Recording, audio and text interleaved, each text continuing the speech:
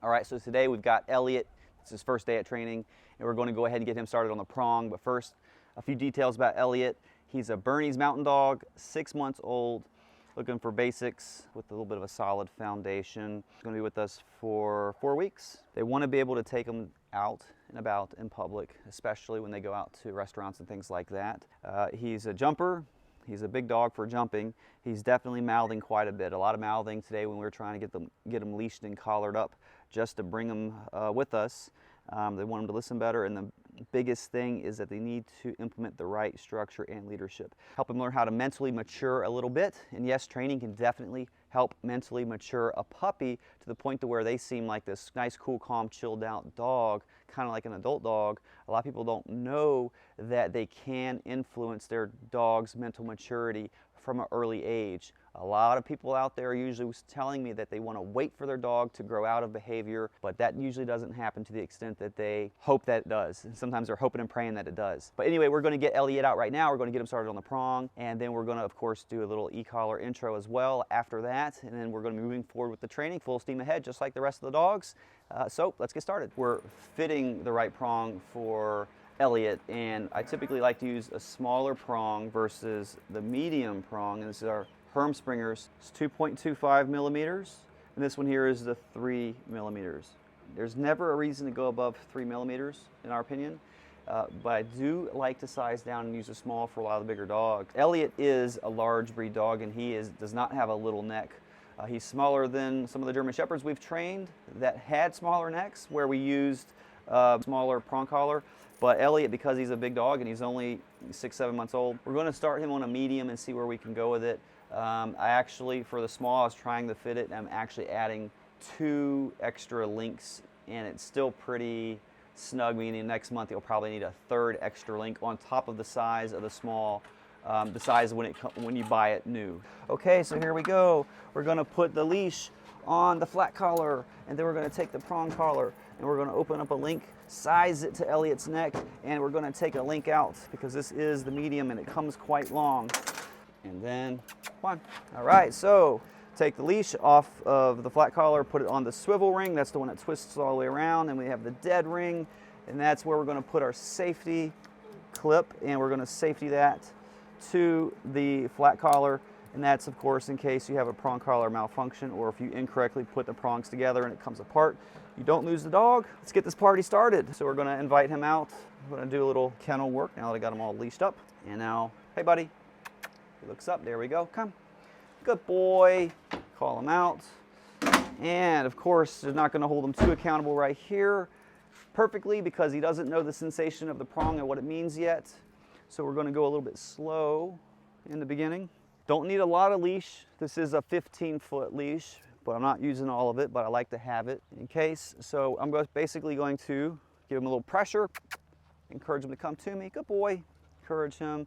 There we go. And then a little stopping right here at the end. Now, if he wasn't willing to stop when I tried to add a little leash pressure to stop him, I wouldn't be too concerned about that right now. I would at least want to get a nice handful of him giving way to pressure coming to me before I start trying to stop him. Go play. But if he's able, come on.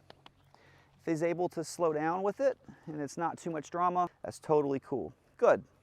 Good. And then go play.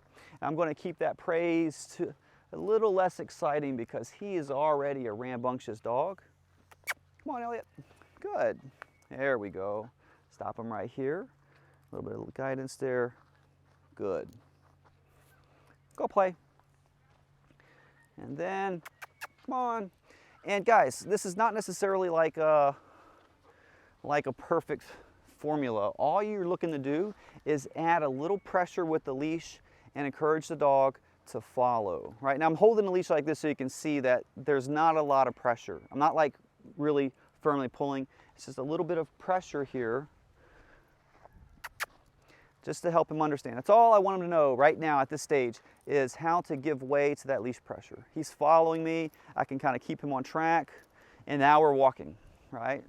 Not precisely, but we're moving together, right?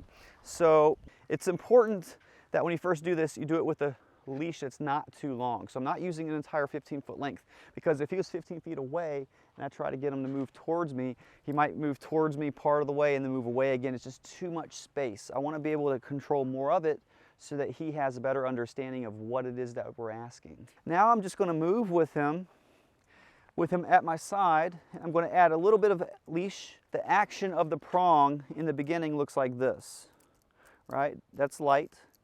And I'm just going to communicate with Elliot, and I might firm up the action as needed to help him. And he might be a tough guy. We don't know. He might be a dog that doesn't really feel, he might feel some pressure and just doesn't care, right?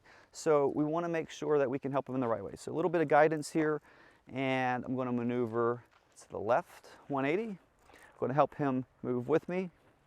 And as you can see, you might see him try to go to the left away from me. He might try to offset. He might try to cross the path in front of me, or he might try to go behind me, especially when I do the maneuvers.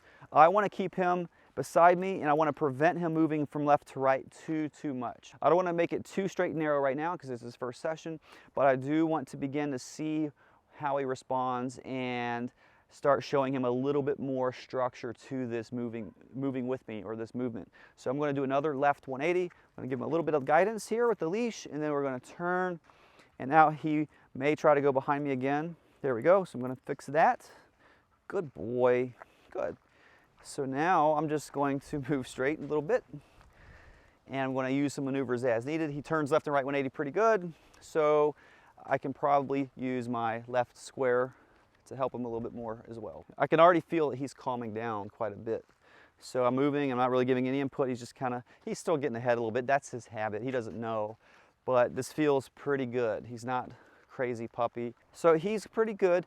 He's a little bit jumpy with things, but he has spent most of his life with a lot of free roaming, a lot of unstructured free time. And because of that, when you do go to say, hey, we're going to do something a certain way, we're going to create some structure, there's going to be some new rules and boundaries, you get a little pushback sometimes, and that's all right. As long as we're consistent in the beginning, we can help the dog through that period, which should be very brief, and now he's on his way to being a really great dog. I want Elliot to learn how to be more aware of me, or more aware of the person that's walking him, and if we go too fast, then he just goes forward with too much excitement, and then his brain starts to spiral out and focus on everything out here, the fun stuff, the distractions, the sights and sounds, the smells. But I want to keep it slow, and I'm also controlling his speed. It takes more mental effort from the dog to figure out the slower pace. We've had a few instances of him resisting, and that's typical. A lot of dogs, they resist because they're trying to go take back the freedom that they're used to having, and we're trying to structure it so he walks nicely. But now that we've structured it for him, this walk is much easier, and I'm not even doing too much action with that prong collar other than to help him not get distracted by the camera. But for the most part, really good start. Now, by starting Elliot on the prong collar and getting him to do this in the first session, or at least on day one of training, when we go to teach him the other stuff, we've already got him kind of relaxed. We've already got him a little bit more attentive, a little bit more aware. He's more aware of me now because I can slow down, and he's more with me, right? He's not pulling and going off in different directions. And then we go and move along with the rest of the training. Things happen much smoother. Any of you can put a prong collar on your dog and get your walking dialed in a short amount of time. And most of you will be able to put a prong collar on your dog if you're having troubles with the walk. And don't go for a walk. Spend some time right here or in a small area like we're doing, and get your dog accustomed to what the prong collar means and how to follow. And you can pretty much begin to get a little bit more of a calmer dog that's a little bit more aware of you in a few minutes, 5 to 10 minutes for most of you. So yeah, we do an intro to the prong. We've been making videos more recently of our first session with the prong collar for dogs, but that leads very quickly into intro to the e-collar. And the biggest reason we like to start with the prong is because with the prong collar we can give the dog directional guidance. A little bit of directional guidance with the leash, and the dog follows very easily, very nicely. And it takes a lot less pressure on the leash to help the dog understand. Very different than if you use a regular flat collar where you have to put a lot more leash pressure, a lot more effort with the leash to help the dog follow, but a lot of dogs, as you know, will pull against a flat collar. Now, the remote collar by itself provides no directional guidance. So the prong collar before the e-collar is a really good combination. It's a really great combination. Now, I've trained dogs for years with just a remote collar and a regular flat collar, typically a martingale style collar, but with fantastic results. But as soon as we started using the prong collar, we noticed a very different result early on in training, with dogs catching on even quicker to the already quickness of what the remote collar can do.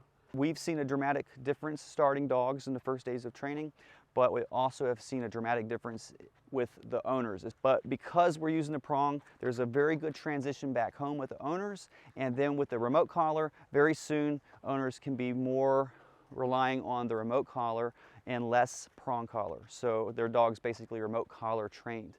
The dogs go home remote collar trained, but with the prong collar, it helps the owners in the first days back home dramatically. So the directional guidance from the prong: leash pressure, direct the dog, have them learn to follow really nicely, and then we add that remote collar, and then the dog is going to be able to respond to the remote collar to where we're going to walk with pretty much the remote collar, and then the dog is going to have a lot more reliability with the need for less and less need for the leash. It's what helps us move more towards off-leash ability, is the dog's ability to respond with less and less leash. The remote collar really helps us provide the right accountability for the dog when we don't have the leash involved.